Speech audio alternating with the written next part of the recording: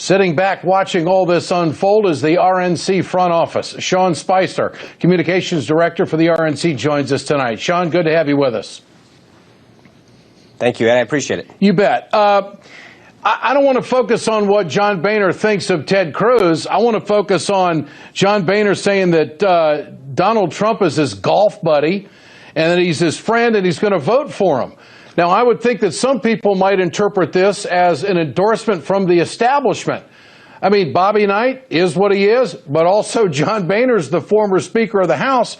Does the RNC view this as somewhat of a boost for Donald Trump in the wake of this battle that's going on? No, I mean, look, frankly, I don't look at the horse race, who's endorsing who or that kind of stuff, because at the end of the day, all we really care about is what candidate gets 1,237 bound delegates, and that person either becomes our presumptive nominee if that occurs prior to Cleveland, or the nominee if that occurs at Cleveland. And all of the stuff that goes around the side in terms of, the strategy and tactics that each of these campaigns employs is frankly, something that we're not focused on. Our job is to make sure that we're focused on Cleveland, getting our nominee, and that every day we're focused on the general election and defeating Hillary Clinton. How would you characterize what happened on Tuesday night? Was it somewhat of a turning point to give this race more clarity for the Republicans?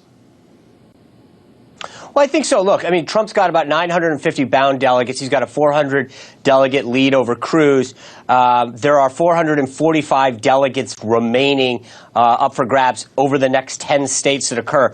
303 of those delegates are up for grabs on California on June 7th, when California is one of those 5 states. It's got 172. We're not going to know where we stand until June 7th. But I think Trump has clearly distanced himself from Cruz. He's the only person right now with the ability to get the 1,237 bound delegates prior to Cleveland. And clearly the other 2 candidates still in the race are trying to make sure that they do what they can to accumulate delegates that won't allow him to hit that 1,237.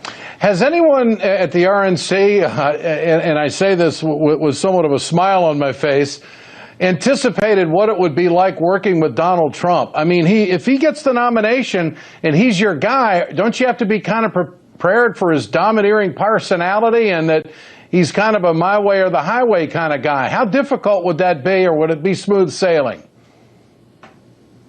Well, I mean, look, any relationship, whether it's him or Senator Cruz or Governor Casey, whatever, they've been running their own campaign. I think the beauty that all 3 of them have, including Donald Trump, is that they've seen and understand the value of what the RNC has been doing under Chairman Priebus. For the last 4 years, we've been building an extensive countrywide ground game. We've had people in communities throughout the country and in battleground states. We've built the best digital and data operation in politics, and we've got the best opposition research on Hillary Clinton, bar none. What that means is that while they've been out fighting the primary fight, trying to get by, whittle down those 17 candidates ultimately to whomever it will be, we've been focused on the general election.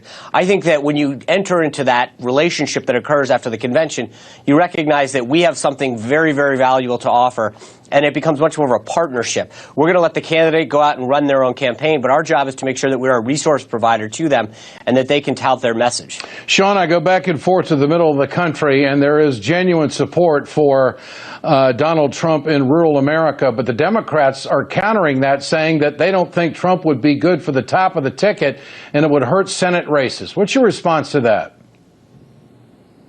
Well, I just don't. I mean, the data doesn't show that yet. And I think, look, if either side, when you look at Hillary Clinton in terms of the negatives that she has, it's unreal. And the problem with Hillary is that she is such a well-known quantity. And the reason that they don't like her is that they don't trust her.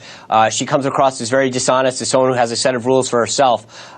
So I really, I know that a lot of Democrats want to come out there and take pot shots at our side, but I think they need to be worried more about what's happening on their side. Sean Spicer, Communications Director for the RNC. Good to have you with us. We'll do it again. Appreciate it. Thanks. Absolutely. Thank you, Ed.